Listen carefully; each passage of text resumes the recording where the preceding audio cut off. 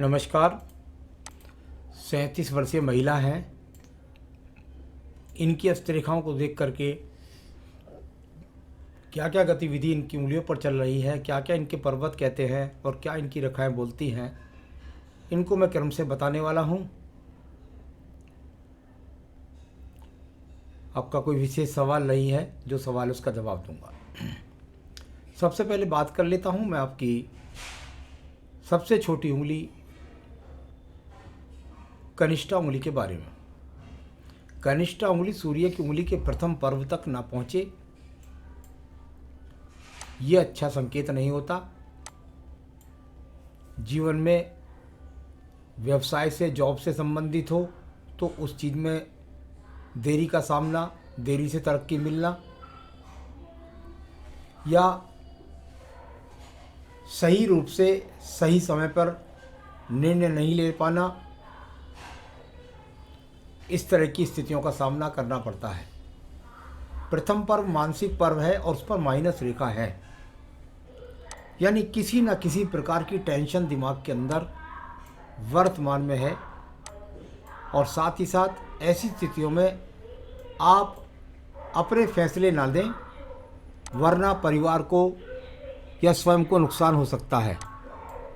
यहाँ पर बात करता हूँ आपके सेकंड पर्व के बारे में। सेकंड पर्व जब इस प्रकार की रेखाओं से प्रभावित हो तो भाषा शैली पर नियंत्रण रखें। किसी प्रकार का कड़वाहट अपनी भाषा शैली से ना करें, वरना परिवार में या पति के साथ में टकराव हो सकती है। तीसरा पर्व यहाँ पर दिखाया जाना जाता है आपकी धन की मजबूत स्थिति के लिए। यदि तीसरे पर्व को मैं यहाँ देखता हूँ तो उस पर भी माइनस रेखाएं हैं। बस इतना कह सकता हूँ कि आपके हाथ से सिर्फ खर्च है, आमदनी के स्रोत नहीं है। यहाँ पर बात करता हूँ मैं आपके पर्व की, और वो है आपका बृहस्पति सूर्य का प्रथम पर्व। और सूर्य के प्रथम पर्व पर कुछ माइनस रेखाएं दिखाई पड़ती हैं, यानी आँखों के रोग से सावधानी रखिएगा, अग्नि के यंत्रों से दूरी बनाकर रखिएगा, क्रोध पर नियंत्रण रखिएगा, और कभी कभी जो महिला संबंधी रोग होते हैं उनका भी प्रभाव देखने में आता है। सेकंड पर्वत पर राहु रेखाओं का होना, राज्य सरकार से लाभ न मिलना, सम्मान के लिए कोई प्रतिष्ठित पद प्राप्त न होना, इस तरह की रेखाओं का संबंध माना जाता है। और तीसरा पर्व है आपका यहाँ पर सूर्य का पर्व। आपकी भाषा शैली से या तो पिता के साथ में अच्छे संबंध नहीं रहते हैं, या कह सकते हैं कि उनसे सही रूप का समर्थन प्राप्त नहीं होता है। मैं बात करता हूँ आपकी शनि की उंगली के प्रथम पर्व के बारे में, जिसके द्वारा कुछ रेखाएं स्थायी दिखाई देती हैं, यानी वर्तमान में कुछ ना कुछ उन राहु रेखाओं के कारण आपके जीवन के अंदर स्थायी रोग हुए पड़े हैं। वो ख़त्म होंगे नहीं होंगे, क्या होगा, यह बात की बात है। लेकिन अभी यहाँ से सिर्फ अगर राहु रेखाओं को देखते हैं तो उनका मतलब ये होता है। सेकंड पर्वत होता है, कृपया करके अपने धन को संभाल कर रखिए। किसी रिश्तेदार को, देवर को, भाई को, किसी को भी दे देंगे तो उससे पैसा लौटना आपका मुश्किल हो जाएगा। कभी कभी ऐसी स्थितियों में कर्ज का सामना भी हो जाता है।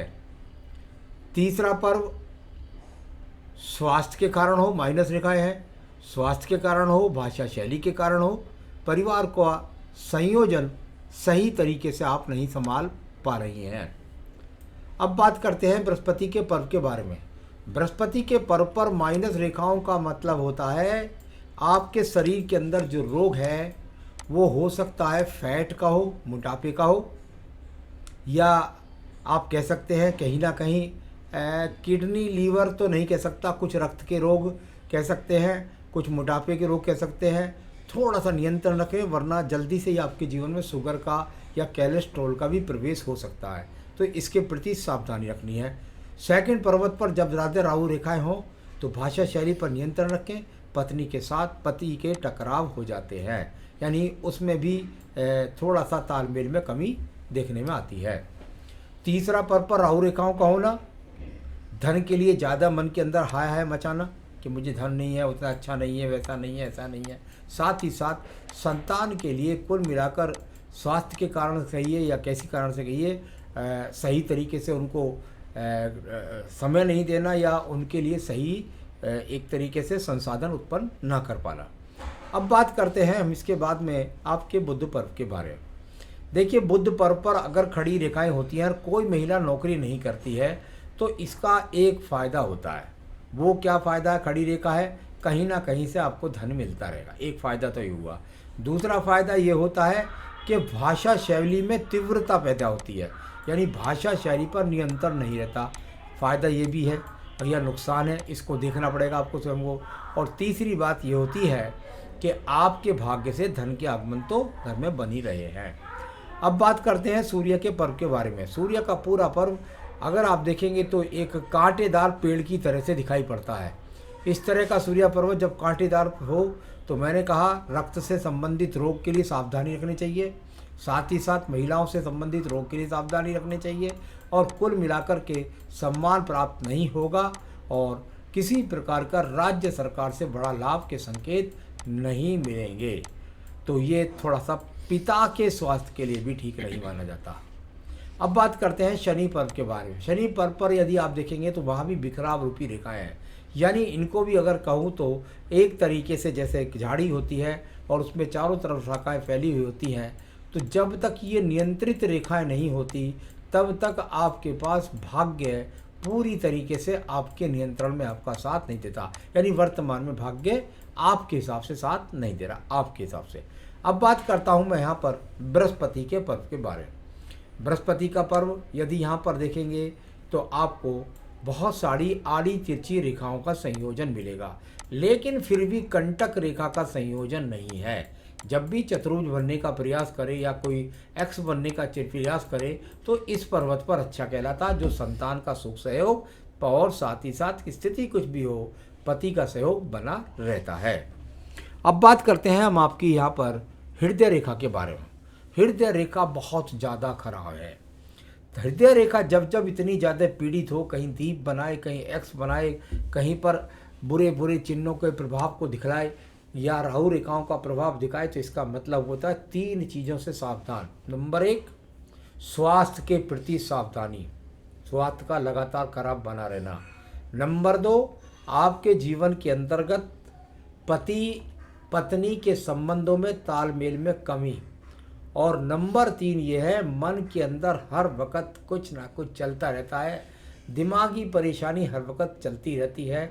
और ज़्यादा कीरम काटी रेखाओं के कारण मैंने ये भी देखा है कि क्योंकि ये हृदय रेखा हृदय से संबंधित रोगों के लिए होती है, सावधान रहें कि बच्चे भी आपकी चिड़चिड़ाहट का शिकार ना बन जाए और परिवार में सास ससुर से संतुलन बनाने में भी परेशानी का सामना ना करना पड़ जाए। आइए बात करते हैं मंगल पर्व के बारे में।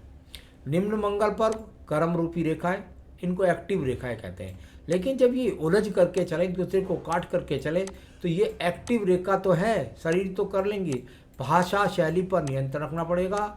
एग्रेशन रहता है, क्रोध करते हैं, जल्दबाजी करते हैं, जिससे परिवार के साथ साथ अपने घर के अंदर संबंधों में एक तरह कटुता आती है। मैं बात करता हूँ इसके बाद आपकी रेखा, और वो है आपकी बुद्धि रेखा। अगर आप बुद्धि रेखा को देखेंगे तो उसकी हृदय रेखा जैसी स्थिति है, यानी कि मैंने पहले भी कहा, कुल मिलाकर आप अपने फैसले तो ले ही नहीं, क्योंकि आपके फैसलों से नुकसान के अलावा कुछ नहीं मिलने वाला है। दूसरी बात, बुद्धि को आप नियंत्रण करके सही डिसीजन नहीं ले पाती है। बात बात में कुछ बात कहना, फिर दूसरी बात कहना, अपनी बात पर टिके ना रहना या बार बार स्वभाव में बदलाव होना, ऐसा संकेत इस पूरी की पूरी बुद्धि रेखा में बहुत सारी कंटक रेखाओं ने काट रखा है।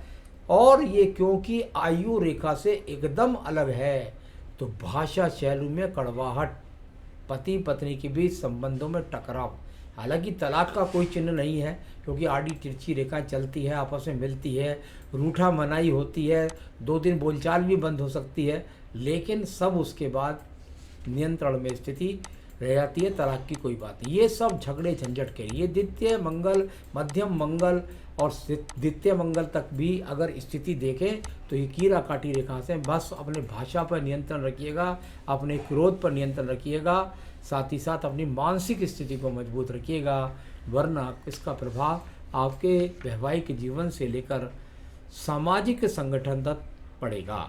मैं बात करता हूँ इसके बाद आपके चंद्र पर्वत के बारे में। नीचे का चंद्र पर्वत अगर उससे देखें तो चलायमान रेखाओं के साथ साथ एक्स के चिन्ह, राहु रेखाओं का प्रभाव, यानी मानसिक चिंता, डिप्रेशन, और साथ ही साथ कोई यात्रा वात्राओं में ना करें, गहरे पानी में न जाएं, और यदि आपको कुछ लगता है, मैं समझता हूँ ऐसे व्यक्ति को ज़रूर योगा, प्राणायाम, आसन, घूमना फिरना 2-4 किलोमीटर का रोजाना करना चाहिए अगर वो ऐसी बुरी रेखाओं से अपने आप का छुटकारा चाहती हैं तो ये बहुत बुरे चिन्ह है चंद्र पर्वत की स्थिति पर। यहाँ पर किसी प्रकार की बुद्ध रेखा नहीं है, सब आपस में आड़ी तिरछी रेखाओं से कटी है। किसी भी व्यापार को आप अपने स्वर्ण की निर्णायक शक्ति से ना करें, वरना नुकसान के अलावा कुछ नहीं मिलने वाला है। मैं बात करता हूँ इसके बाद आपकी भाग्य रेखा के बारे में। भाग्य रेखा और चलती हुई 35 की एज तक यदि मैं देखता हूँ तो ये यहाँ से लगभग चलती जाती है, और इसके बाद इसमें बहुत सारी रेखाएं आगे भी कट रही हैं, इसके बाद भी ये चलती जाती है, आगे भी कट रही है। यानी जब जब भाग्य रेखा पूरी तरीके से स्वतंत्र ना हो, उसमें राहु रेखाओं को काटने का बहुत ज़्यादा प्रभाव हो, तो इसको कहते हैं कि भाग्य पग पग पर परीक्षा ले रहा है। चाहे कारण स्वास्थ्य का हो, चाहे कारण भाषा शैली का हो, चाहे कारण कुछ भी हो, तो ये अपने आप में अच्छी भाग्य रेखाओं का स्वरूप यहाँ पर नहीं है। मैं बात करता हूँ इसके बाद में आपके पर्व की, और वो है आपका शुक्र का पर्व। शुक्र पर्व संसाधनों का पर्व अच्छा है। संसाधन को आपके पास कोई कमी नहीं, आपको तो संसाधन मिल ही जाते हैं कुल मिलाकर के। यहाँ पर चाहे जैसी भी स्थिति है, पति तो आपको सहयोगी करते रहेंगे, चाहे आपकी भाषा शैली कुछ भी हो, चाहे आपका स्वास्थ्य खराब भी हो, तब भी वो आपका सहयोग करते रहेंगे। तो इस तरह के अच्छे संकेत यहाँ पर शुक्र पर्वत से दिखलाई पड़ते हैं। मैं बात करता हूँ आपकी आयु रेखा के बारे में। बहुत ही बढ़िया स्थिति के साथ 77-78 वर्ष तक आपकी आयु रेखा पहुँची हुई है। चाहे भले कितनी बीमारी है, लेकिन आयु को किसी प्रकार की दिक्कत नहीं आने वाली है। क्या करें आप इन सब स्थितियों को सही करने के लिए? देखिए, मैं तो आपको कहूँगा, एक तो आपको पन्ना पहनना चाहिए बेहतरीन सा इस उंगली के अंदर। तो एक तो यहाँ ये आपको बुद्धि सही देगा, डिसीजन सही देगा, आपकी क्रोध पर नियंत्रण करेगा, इसमें बिल्कुल भी मोती ना पहने। तो एक पन्ना बेहतरीन सा अगर आप चाहें तो मुझसे मंगा सकती हैं, इस यहाँ तक पहनेंगी तो इससे आपको बहुत सारे लाभ मिलेंगे, सेहत का भी लाभ मिलेगा। साथ ही साथ आपको पूजा के अंदर मैं ज़रूर बताना चाहूँगा कि ऐसे समय में क्या करना चाहिए। देखिए, एक तो आप जो है संकट नाशन गणेश स्तोत्र का पाठ करें और साथ में रुद्राष्टकम का पाठ पढ़ें। अगर ऐसा नहीं कर सकती है तो कम से कम दुर्गा सप्तशती का देवी कवच नित्य पढ़ें। तो या तो संकटनाशन के साथ रुद्राष्टकम और या देवी कवच।